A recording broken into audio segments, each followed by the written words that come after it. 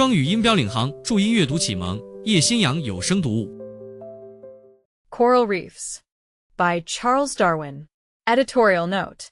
Although in some respects more technical in their subjects and style than Darwin's journal, the books here reprinted will never lose their value and interest for the originality of the observations they contain. Many parts of them are admirably adapted for giving an insight into problems regarding the structure and changes of the Earth's surface. And in fact, they form a charming introduction to physical geology and physiography in their application to special domains. The books themselves cannot be obtained for many times the price of the present volume, and both the general reader, who desires to know more of Darwin's work, and the student of geology, who naturally wishes to know how a mastermind reasoned on most important geological subjects, will be glad of the opportunity of possessing them in a convenient and cheap form. The 3 introductions, which my friend Professor Judd has kindly furnished, give critical and historical information which makes this edition of special value. GTB. Coral Reefs. Table of Contents. Critical Introduction. Introduction. Chapter I. Atolls or Lagoon Islands. Section 1.I. Description of Keeling Atoll. Corals on the outer margin. Zone of nullipory. Exterior reef. Islets. Coral conglomerate. Lagoon. Calcareous sediment. Scary and holothuriae subsisting on corals. Changes in the condition of the reefs and islets. Probable subsidence of the atoll. Future state of the lagoon. Section 1.2. General description of atolls. General form and size of atolls. Their reefs and islets. External slope. Zone of nullipory. Conglomerate. Depth of lagoons. Sediment. Reefs submerged wholly or in part. Breaches in the reef. Ledge-formed shores round certain lagoons. Conversion of lagoons into land. Section 1.3. Atolls of the Maldiva Archipelago. Great Chagos Bank. Maldiva Archipelago. Ring-formed reefs. Marginal and central. Great depths in the lagoons of the southern atolls. Reefs in the lagoons all rising to the surface. Position of islets and breaches in the reefs. With respect to the prevalent winds and action of the waves. Destruction of islets. Connection in the position and submarine foundation of distinct atolls. The apparent disseverment of large atolls. The Great Chagos Bank. Its submerged condition and extraordinary structure. Chapter 2. Barrier Reefs. Closely resemble in general form and structure atoll reefs, width and depth of the lagoon channels, breaches through the reef in front of valleys, and generally on the leeward side, checks to the filling up of the lagoon channels, size and constitution of the encircled islands. Number of islands within the same reef, barrier reefs of New Caledonia and Australia, position of the reef relative to the slope of the adjoining land, probable great thickness of barrier reefs. Chapter 3. Fringing or shore reefs. Reefs of Mauritius. Shallow channel within the reef, its slow filling up, currents of water formed within it, upraised reefs, narrow fringing reefs in deep seas, reefs on the coast of Africa and of Brazil, fringing reefs in very shallow seas. Round banks of sediment and on worn-down islands. Fringing reefs affected by currents of the sea. Coral coating the bottom of the sea, but not forming reefs. Chapter 4. On the distribution and growth of coral reefs. Section 4.I. On the distribution of coral reefs, and on the conditions favorable to their increase. Section 4.2. On the rate of growth of coral reefs. Section 4.3. On the depths at which reef-building polypifers can live. Chapter V. Theory of the formation of the different classes of coral reefs. The atolls of the larger archipelagos are not formed on submerged craters, or on banks of sediment, immense areas interspersed with atolls.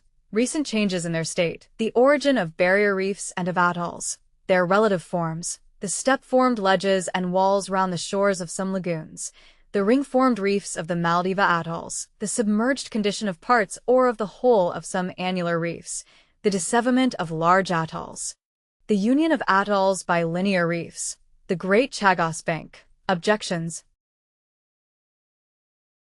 from the area and amount of subsidence required by the theory considered, the probable composition of the lower parts of atolls. Chapter 6. On the distribution of coral reefs with reference to the theory of their formation. Description of the colored map. Proximity of atolls and barrier reefs. Relation in form and position of atolls with ordinary islands. Direct evidence of subsidence difficult to be detected. Proofs of recent elevation where fringing reefs occur. Oscillations of level. Absence of active volcanoes in the areas of subsidence. Immensity of the areas which have been elevated and have subsided. Their relation to the present distribution of the land. Areas of subsidence elongated. Their intersection and alternation with those of elevation. Amount and slow rate of the subsidence. Recapitulation. Appendix. Containing a detailed description of the reefs and islands in Plate 3. Index. The structure and distribution of coral reefs. Critical introduction. A scientific discovery is the outcome of an interesting process of evolution in the mind of its author. When we are able to detect the germs of thought in which such a discovery has originated, and to trace the successive stages of the reasoning by which the crude idea has developed into an epoch-making book, we have the materials for reconstructing an important chapter of scientific history.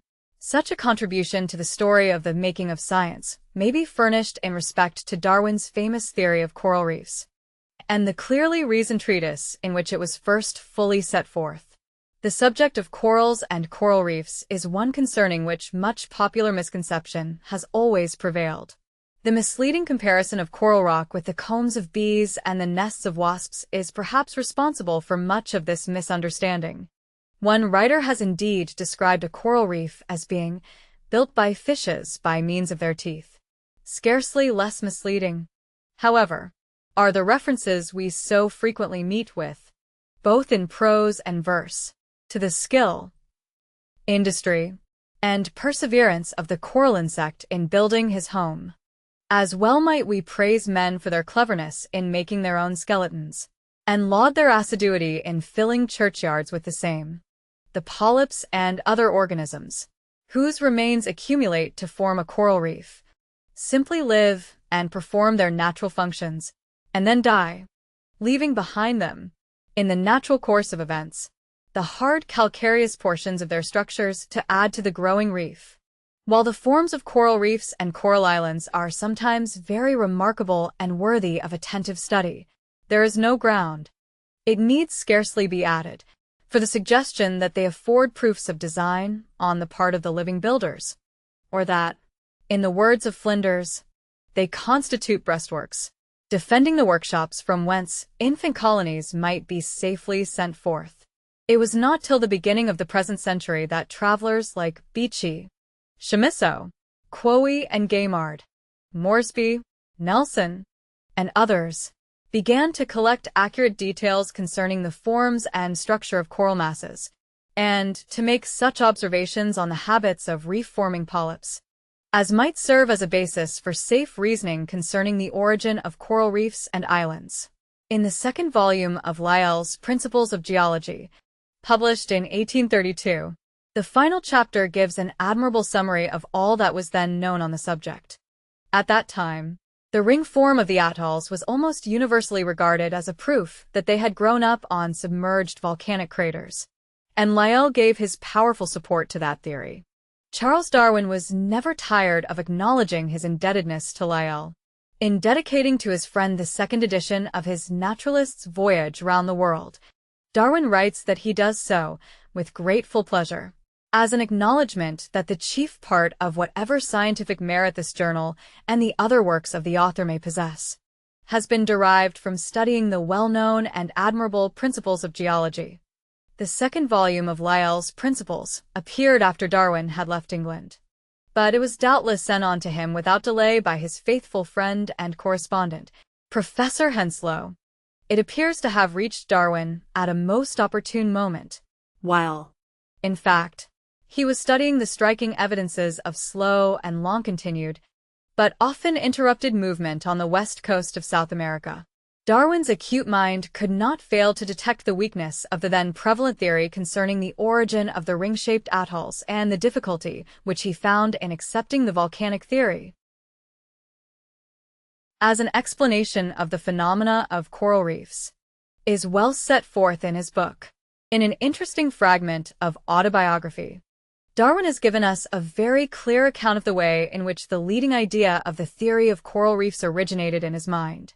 He writes, "No other work of mine was begun in so deductive a spirit as this, for the whole theory was thought out on the west coast of South America, before I had seen a true coral reef.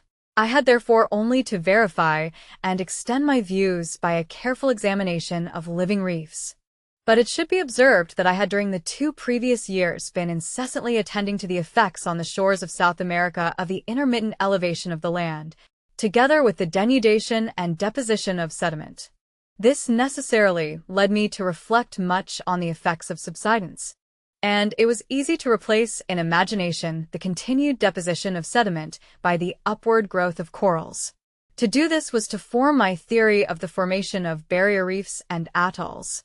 On her homeward voyage, the Beagle visited Tahiti, Australia, and some of the coral islands in the Indian Ocean, and Darwin had an opportunity of testing and verifying the conclusion at which he had arrived by studying the statements of other observers. I well recollect a remarkable conversation I had with Darwin shortly after the death of Lyell. With characteristic modesty, he told me that he never fully realized the importance of his theory of coral reefs till he had an opportunity of discussing it with Lyell, shortly after the return of the Beagle. Lyell, on receiving from the lips of its author a sketch of the new theory, was so overcome with delight that he danced about and threw himself into the wildest contortions, as was his manner when excessively pleased. He wrote shortly afterwards to Darwin as follows: "I could think of nothing for days after your lesson on coral reefs, but of the tops of submerged continents. It is all true, but do not flatter yourself that you will be believed till you are growing bald like me, with hard work and vexation at the incredulity of the world." On May 24, 1837, Lyell wrote to Sir John Herschel as follows: "I am very full of Darwin's new theory of coral islands, and have urged Wool to make him read it at our next meeting. I must give up my volcanic crater forever, though it cost me a pang at first, for it accounted for so much." Dr. Wool was president of the Geological Society at the time, and on May 31, 1837, Darwin read a paper entitled "On Certain Areas of Elevation and Subsidence in the Pacific and Indian Oceans, as deduced from the study of coral formations," an abstract of which appeared in the 2nd volume of the Society's proceedings. It was about this time that Darwin, having settled himself in lodgings at Great Marlborough Street, commenced the writing of his book on coral reefs. Many delays from ill health and the interruption of other work caused the progress to be slow, and his journal speaks of recommencing the subject in February 1839, shortly after his marriage, and again in October of the same year. In July 1841, he states that he began once more, after more than 13 months' interval, and the last proof sheet of the book was not corrected till May 6, 1842. Darwin writes in his autobiography, "This book, though a small one, cost me 20 months of hard work, as I had to read every work on the islands of the Pacific, and to consult many charts." The task of elaborating and writing out his books was, with Darwin, always a very slow and laborious one, but it is clear that in accomplishing the work now under consideration, there was a long and constant struggle with the lethargy and weakness resulting from the sad condition of his health at that time. Lyell's anticipation that the theory of coral reefs would be slow in meeting with general acceptance was certainly not justified by the actual facts. On the contrary, the new book was at once received with general assent among both geologists and zoologists, and even attracted a considerable amount of attention from the general public. It was not long before the coral reef theory of Darwin found an able exponent and sturdy champion in the person of the great American naturalist, Professor James D. Dana. 2 years after the return of the Beagle to England, The ships of the United States exploring expedition set sail upon their 4-year cruise, under the command of Captain Wilkes, and Dana was a member of the scientific staff. When, in 1839, the expedition arrived at Sydney, a newspaper paragraph was found which gave the American naturalist the first intimation of Darwin's new theory of the origin of atolls and barrier reefs. Writing in 1872, Dana describes the effect produced on his mind by reading this passage. The paragraph threw a flood of light over the subject and called forth feelings of peculiar satisfaction and of gratefulness to Mr. Darwin, which still come up afresh whenever the subject of Coral Islands is mentioned. The Gambier Islands in the Paumotus, which gave him the key to the theory, I had not seen, but on reaching the Fijis, 6 months later, in 1840, I found there similar facts on a still grander scale and of a more diversified character, so that I was afterward enabled to speak of his theory as established with more positiveness than he himself, in his philosophic caution, had been ready to adopt. His work on coral reefs appeared in 1842. When my report on the subject was already in manuscript, it showed that the conclusions on other points, which we had independently reached, were for the most part the same. The principal points of difference relate to the reason for the absence of corals from some coasts, and the evidence therefrom as to changes of level, and the distribution of the oceanic regions of elevation and subsidence, topics which a wide range of travel over the Pacific brought directly and constantly to my attention. Among the reports of the United States exploring expedition, 2 important works from the pen of Professor Dana made their appearance, one on zoophytes, which treats at length on corals and coral animals, and the other on coral reefs and islands. In 1872, Dana prepared a work of a more popular character in which some of the chief results of his studies are described. It bore the title of Corals and Coral Islands. Of this work, new and enlarged editions appeared in 1874 and 1890 in America, while 2 editions were published in this country in 1872 and 1875. In all these works their author, while maintaining an independent judgment on certain matters of detail, warmly defends the views of Darwin on all points essential to the theory. Another able exponent and illustrator of the theory of coral reefs was found in Professor J.B. Jukes, who accompanied HMS Fly as naturalist during the survey of the Great Barrier Reef in the years 1842 to 1846. Jukes, who was a man of great acuteness as well as independence of mind, concludes his account of the Great Australian Reefs with the following words. After seeing much of the Great Barrier Reefs, and reflecting much upon them, and trying if it were possible by any means to evade the conclusions to which Mr. Darwin has come, I cannot help adding that his hypothesis is perfectly satisfactory to my mind, and rises beyond a mere hypothesis into the true theory of coral reefs. As the result of the clear exposition of the subject by Darwin, Lyell, Dana, and Jukes, the theory of coral reefs had, by the middle of the present century, commanded the almost universal assent of both biologists and geologists. In 1859, Baron von Richthofen brought forward new facts in its support, by showing that the existence of the thick masses of dolomitic limestone in the Tyrol could be best accounted for if they were regarded as of coralline origin, and as being formed during a period of long-continued subsidence. The same views were maintained by Professor Mojsisovics in his Dolomitreif von Suderall und Venetian, which appeared in 1879. The first serious note of dissent to the generally accepted theory was heard in 1863, when a distinguished German naturalist, Dr. Karl Semper, declared that his study of the Pelew Islands showed that uninterrupted subsidence could not have been going on in that region. Dr. Semper's objections were very carefully considered by Mr. Darwin, and a reply to them appeared in the second and revised edition of his Coral Reefs, which was published in 1874. With characteristic frankness and freedom from prejudice, Darwin admitted that the facts brought forward by Dr. Semper proved that in certain specified cases, subsidence could not have played the chief part in originating the peculiar forms of the Coral Islands. But while making this admission, he firmly maintained that exceptional cases, like those described in the Palau Islands, were not sufficient to invalidate the theory of subsidence as applied to the widely spread atolls, encircling reefs, and barrier reefs of the Pacific and Indian Oceans.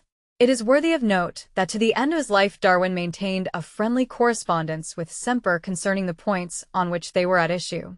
After the appearance of Semper's work, Dr. J.J. Rain published an account of the Bermudas, in which he opposed the interpretation of the structure of the islands given by Nelson and other authors, and maintained that the facts observed in them are opposed to the views of Darwin. Although, so far as I am aware, Darwin had no opportunity of studying and considering these particular objections. It may be mentioned that 2 American geologists have since carefully re-examined the district Professor W. N. Rice in 1884 and Professor A. Heilprin in 1889, and they have independently arrived at the conclusion that Dr. Rain's objections cannot be maintained. The most serious opposition to Darwin's coral reef theory, however, was that which developed itself after the return of HMS Challenger from her famous voyage. Mr. John Murray, one of the staff of naturalists on board that vessel, propounded a new theory of coral reefs, and maintained that the view that they were formed by subsidence was one that was no longer tenable. These objections have been supported by Professor Alexander Agassiz in the United States, and by Dr. A. Geeky and Dr. H.B. Guppy in this country, although Mr. Darwin did not live to bring out a 3rd edition of his Coral Reefs. I know from several conversations with him that he had given the most patient and thoughtful consideration to Mr. Murray's paper on the subject. He admitted to me that had he known, when he wrote his work, of the abundant deposition of the remains of calcareous organisms on the sea floor, he might have regarded this cause as sufficient in a few cases to raise the summits of submerged volcanoes or other mountains to a level at which reef-forming corals can commence to flourish. But he did not think that the admission that under certain favorable conditions, atolls might be thus formed without subsidence, necessitated an abandonment of his theory in the case of the innumerable examples of the kind which stud the Indian and Pacific Oceans. A letter written by Darwin to Professor Alexander Agassiz in May 1881 shows exactly the attitude which careful consideration of the subject led him to maintain towards the theory propounded by Mr. Murray. You will have seen, he writes, Mr. Murray's views on the formation of atolls and barrier reefs. Before publishing my book, I thought long over the same view, but only as far as ordinary marine organisms are concerned, for at that time little was known of the multitude of minute oceanic organisms. I rejected this view, as from the few dredgings made in the Beagle, in the south temperate regions, I concluded that shells, the smaller corals, etc., decayed and were dissolved when not protected by the deposition of sediment, and sediment could not accumulate in the open ocean. Certainly, shells, etc., were in several cases completely rotten and crumbled into mud between my fingers, but you will know whether this is in any degree common. I have expressly said that a bank at the proper depth would give rise to an atoll, which could not be distinguished from one formed during subsidence. I can, however, hardly believe in the existence of as many banks, there having been no subsidence, as there are atolls in the great oceans, within a reasonable depth, on which minute oceanic organisms could have accumulated to the depth of many hundred feet. Darwin's concluding words in the same letter written within a year of his death are a striking proof of the candor and openness of mind which he preserved so well to the end, in this as in other controversies.